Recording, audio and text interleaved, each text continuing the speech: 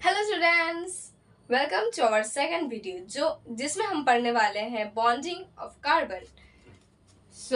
इसमें हम क्या पढ़ने वाले हैं? बॉन्डिंग।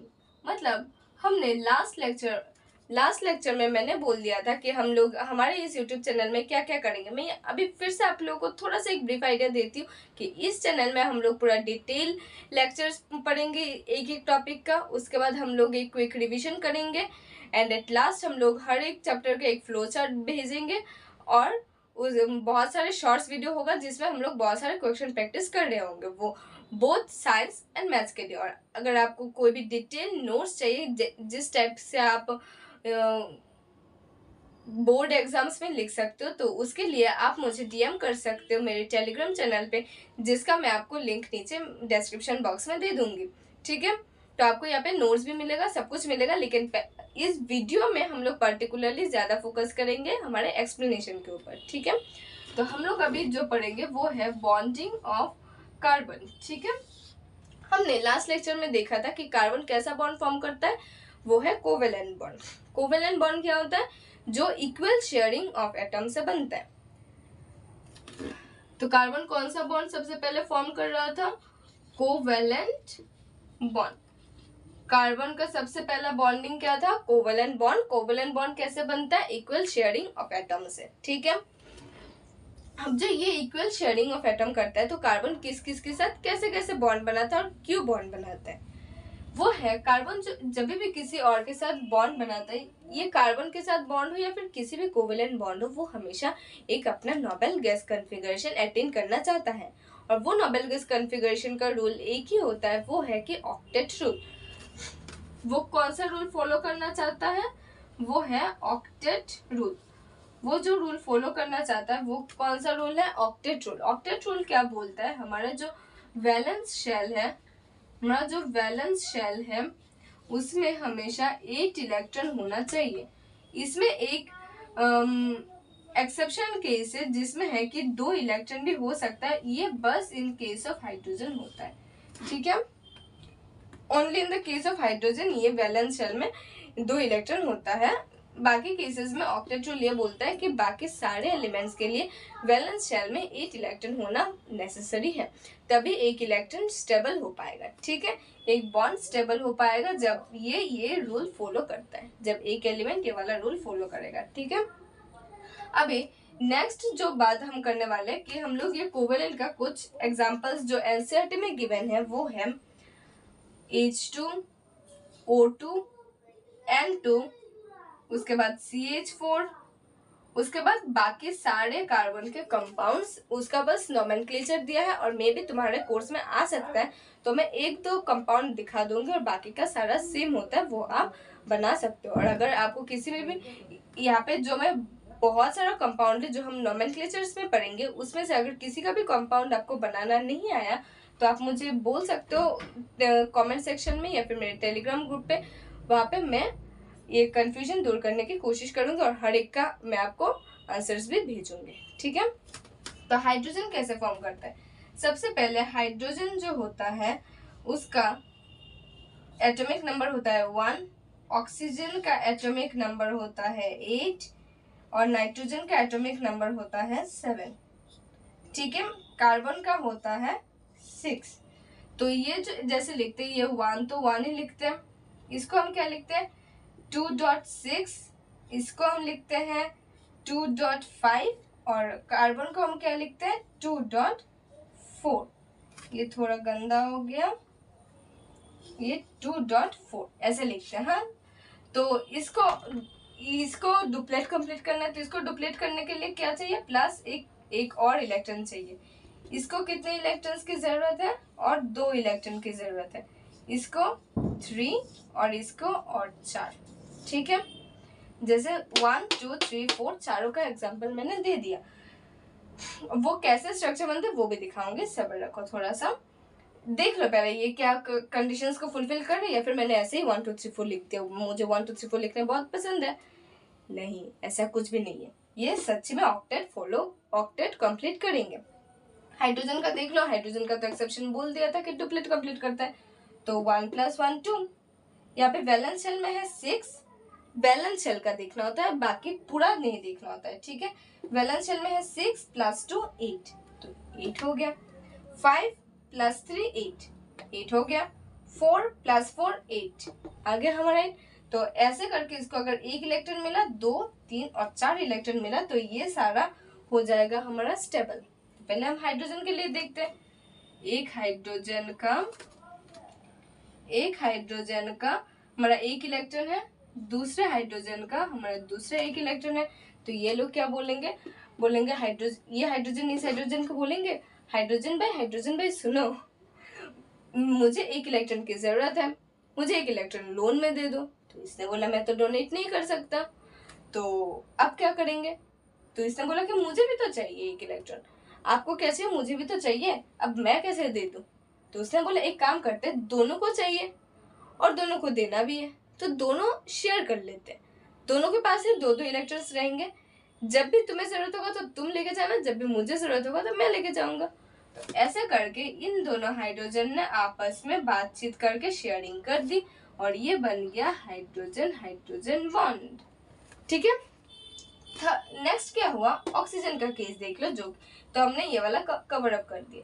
वे ऑक्सीजन इधर एक है, ऑक्सीजन इधर एक है। वैलेंस शेल में कितने इलेक्ट्रॉन थे, 6, तो 6 भाई साहब इधर दे देते हैं। 1 2 3 4 5 6, इधर भी 1 2 3 4 5 6 हो गया।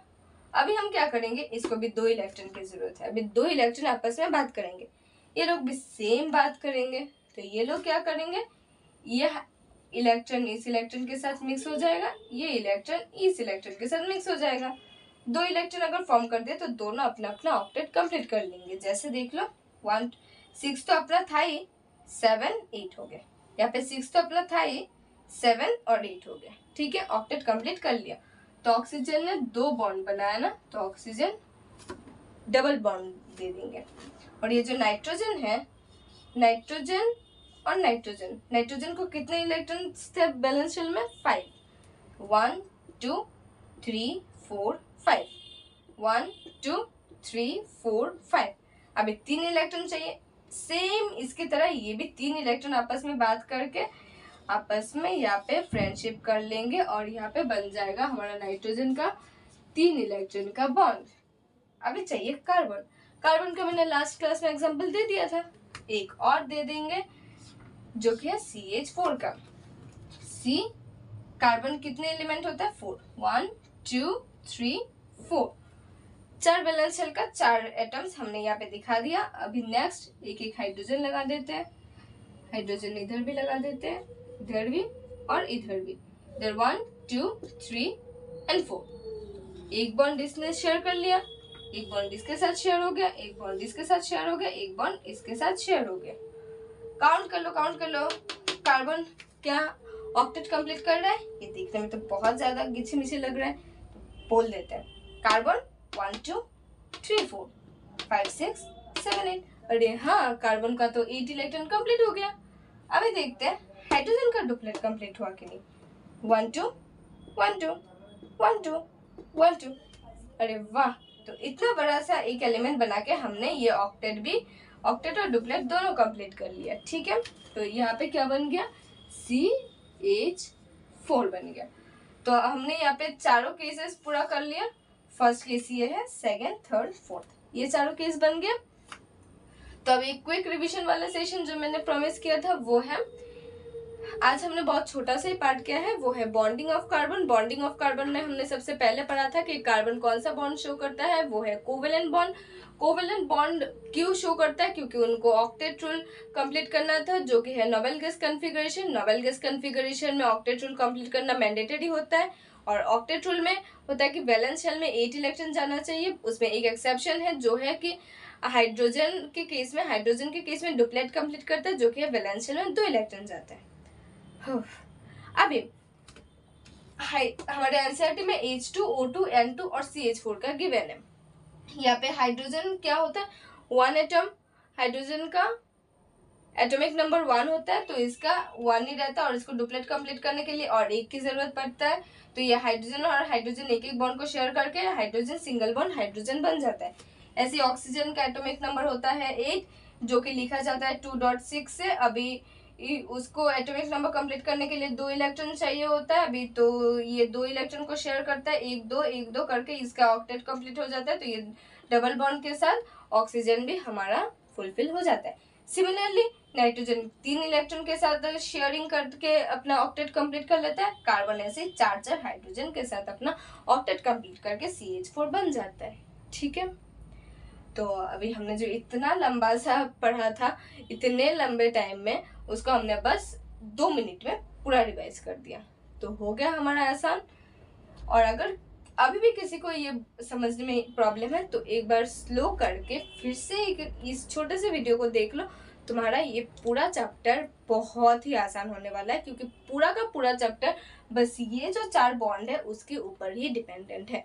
अगर ये बॉन्ड बनाना आ गया तुम्हें, तो तुम्हें इस चैप्टर में बिल्कुल भी प्रॉब्लम नहीं आने वाला है। ठीक है, तो नेक्स्ट, अच्छा इसका कुछ और बोला था मैं दिखाऊंगी, तो वो सब थोड़ा बहुत एक और दिखा देती हूँ, वो देख लो।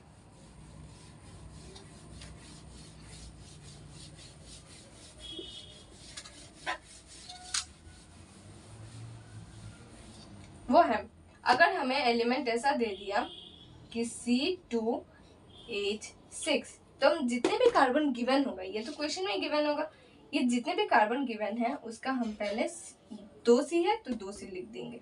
यहाँ पे एक और इसका भी दे देते हैं C, यहाँ पे 3 है ना तो 3 लिख देंगे।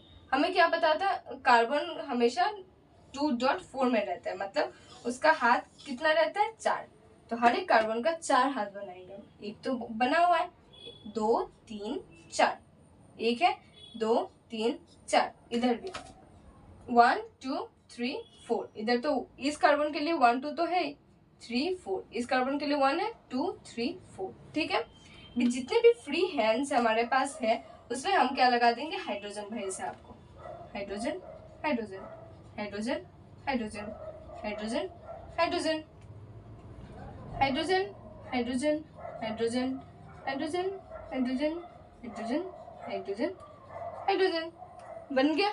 तो अभी ये जो कितने हाइड्रोजन बन गए देखो तो, C2H6 हुआ क्या, 1 2 3 4 5 6, C2H6 बन गया। ऐसे अभी अगर इसका बनाए तो 1 2 3 कार्बन हो गया, H8 हुआ क्या, 1 2 3 4 5 6 7 8, H8 भी बन गया। ऐसे ही तुम्हें दे सकते हैं C4H10, अभी तुम ये घर में प्रैक्टिस करोगे, इसकी तरह ही सिमिलरली बनाना है, C4H10, C5H12, C6H14, ये सब कुछ तुम्हें घर से बना के लेके आना है। और नेक्स्ट वीडियो में हम लोग नेक्स्ट टॉपिक्स पढ़ेंगे। ठीक है, मैं पूरा अकॉर्डिंग टू एनसीईआरटी जाऊंगी, एनसीईआरटी के बाहर एक भी वर्ड भी नहीं भूलूंगी, और पूरा लाइन वाइज ही जाऊंगे ताकि आपको ढूंढने में भी आसानी हो। ठीक है, तो दैट्स ऑल अबाउट टुडे। अगर आपको ये वीडियोस अच्छे लगे हो तो do subscribe to my channel, और कोई भी कंफ्यूजन है तो मुझे कमेंट सेक्शन में बता दीजिए, और या फिर मुझे टेलीग्राम सेक्शन में DM कर सकते हो। ओके।